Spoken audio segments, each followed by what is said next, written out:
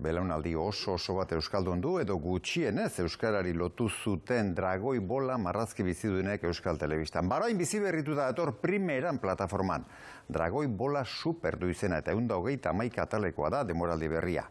Goku protagonistaren bikoiztalea Joseba Etxebarria zendu berria izan da urte askotan. Gaur bere lekuko hartu duen bikoiztale gaztearekin izan gara.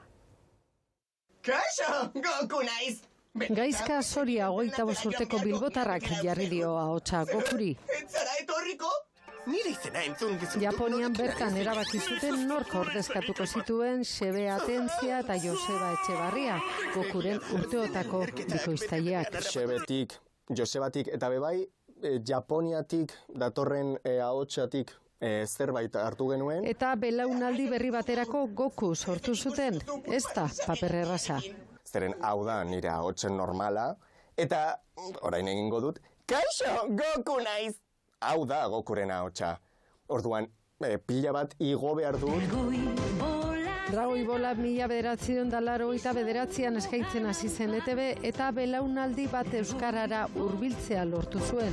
Adibidez, nire aitak belaunaldi horretako pertsona bat da. Ez zuen euskara oso ondo hitz egiten, baina Dragoi Bola ikusten zuen. Semeari kutsatu zion zaletasuna eta orain Dragoi Bola superren 121 atalak bikoiztu ditu.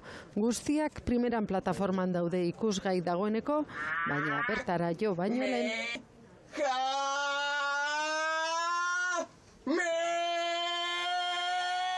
Gorka Urbizu.